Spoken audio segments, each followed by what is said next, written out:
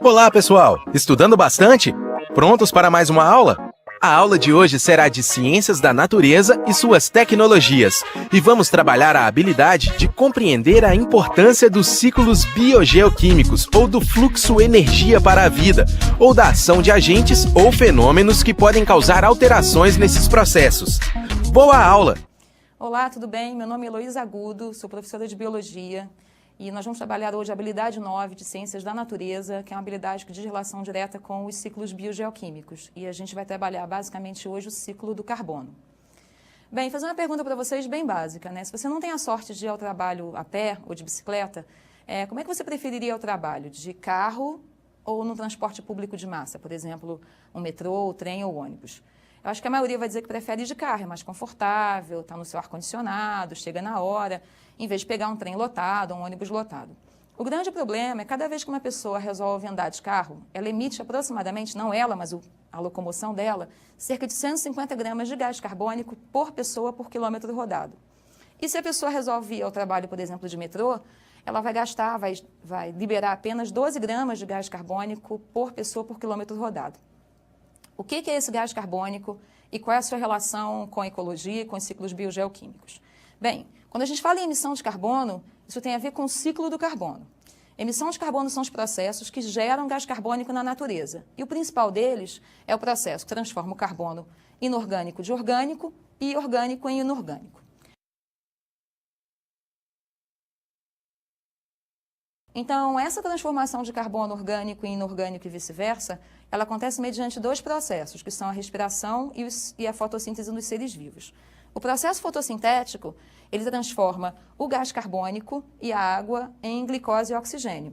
E esse processo é feito basicamente pelos produtores, que são plantas, micro-organismos vegetais, microalgas, fitoplâncton. Por sua vez, a transformação da glicose com o oxigênio em gás carbônico de volta é o processo da respiração celular. E ela pode ser feita por praticamente todos os seres vivos, ou seja, animais, plantas, micro-organismos. Essa ciclagem completa de carbono é o que a gente chama de ciclo do carbono. Bem, o gás carbônico presente na atmosfera, ele é capturado, ou seja, sequestrado pelos seres vivos na forma de fotossíntese. Essa fotossíntese é feita, como a gente viu anteriormente, pelos produtores, o que transforma aquele gás carbônico inorgânico em carbono orgânico da forma de biomassa. Essa biomassa de folhas, caules, frutos, ela tanto pode fazer parte da biomassa do produtor, quanto ser comida por um consumidor primário, que no caso aqui é a vaca. Essa biomassa, que era a biomassa de planta, é agora incorporada em biomassa de um animal consumidor. Da mesma forma, a biomassa dessa vaca, a carne dela, pode ser consumida por um outro animal, que vai ser um consumidor secundário. Então, o homem, quando come um bife, por exemplo, se comporta como um consumidor secundário. Todos esses seres vivos, tanto produtores quanto consumidores, emitem gás carbônico na forma de respiração. Então, o produtor respira, gerando CO2 para a atmosfera, e a vaca também respira, gerando CO2 para a atmosfera. Entretanto, parte dessa biomassa, tanto de produtor, ou seja, folhas, caules, como biomassa de vaca, isto é, fezes, corpos em decomposição, vão para o meio na forma de restos. E esses restos são incorporados pelos decompositores, bactérias e fungos, por exemplo, do solo. Essa biomassa agora dos decompositores é finalmente convertida de volta a gás carbônico pela reação de decomposição. Entretanto, em algumas circunstâncias especiais, em que, por exemplo, a quantidade de oxigênio é muito pequena, isso acontece no fundo do mar, em regiões de alta pressão, parte dessa biomassa que foi para o ambiente, folhas, restos, caules, cadáveres, fezes de animais, não sofre decomposição e transforma-se, portanto, no que a gente chama de combustíveis fósseis. O grande problema, portanto, é que esses combustíveis fósseis, carvão e petróleo, que até então estavam estocados em algum lugar na natureza, podem ser usados pelo homem em sua atividade antrópica, ou seja, queimando em fábricas para geração de energia, em usinas ou em motores a combustão. E aí esse gás carbônico em grande quantidade vai para a atmosfera. Então, o problema principal é essa reação de combustão que até então não fazia parte do ciclo do carbono na natureza. O resultado disso, portanto, é que a atividade humana nos últimos 200 anos tem gerado uma enorme quantidade de gás carbônico para a atmosfera, aumentando a concentração desse gás no ar. Bem, para a gente poder ter uma ideia, cerca de aproximadamente 80% da energia do mundo ela é gerada à base da queima de carvão e petróleo, à base de queima de combustíveis fósseis. Isso até então não existia, o que gerou um desbalanço no ciclo do carbono, em que a emissão de gás carbônico atualmente é muito superior do que era há 10 anos atrás, 20 anos atrás ou há 100 anos atrás. Bem, e qual é o problema desse gás carbônico? O problema é que o gás carbônico gerado pela queima de carvão e petróleo é um chamado gás de efeito estufa. Gás de efeito estufa é o gás que tem a capacidade de reter o calor da irradiação solar. Então, quando a luz do sol bate na Terra, ela transforma-se em parte em calor. Esse calor não é dissipado por completo para a atmosfera, porque parte dele é retido pelos gases de efeito estufa. E o gás carbônico é um dos principais gases de efeito estufa. Então, existe um consenso na comunidade científica de que a atividade humana tem, nos últimos 200 anos, gerado uma grande quantidade de carbono para a atmosfera. O que ainda não é consenso é se essa grande quantidade de gás carbônico gerada, ela é suficientemente grande para provocar mudanças no clima da Terra, o chamado aquecimento global. Existem basicamente duas vertentes de cientistas, aqueles que afirmam que sim, a quantidade de gás carbônico gerada é suficiente para que se tenha uma mudança climática, provavelmente irreversível, e outra que não, que diz que as emissões humanas são sim importantes, mas insignificantes face a emissões naturais, como a explosão, por exemplo, de um vulcão. Entretanto, apesar do debate na comunidade científica, fica na preocupação de todo mundo se a gente pode gerar outras fontes de energia que sejam menos poluidoras do que o gás carbônico. E sim, existem outras fontes que emitem menos CO2, menos gás carbônico do que a combustão de carvão e de petróleo. Bem, por exemplo, o Brasil, apenas 1,4% da energia que a gente gera no Brasil é a base de queima de carvão e petróleo, porque nós temos um potencial de geração de energia hidrelétrica muito grande, o que faz com que a gente tenha uma geração de uma energia que é menos poluidora que a energia gerada à base de queima de carvão e petróleo. Um outro exemplo são os famosos biocombustíveis, o etanol da cana-de-açúcar no Brasil, o biodiesel a partir do óleo de soja, do óleo de mamona, em que no processo da produção desses biocombustíveis se plantam cultivares, cana, soja, e a fotossíntese dessas plantas captura parte do CO2 da atmosfera. Existem ainda as fontes chamadas de alternativas de energia, que estão em pesquisa, por exemplo, como a energia eólica.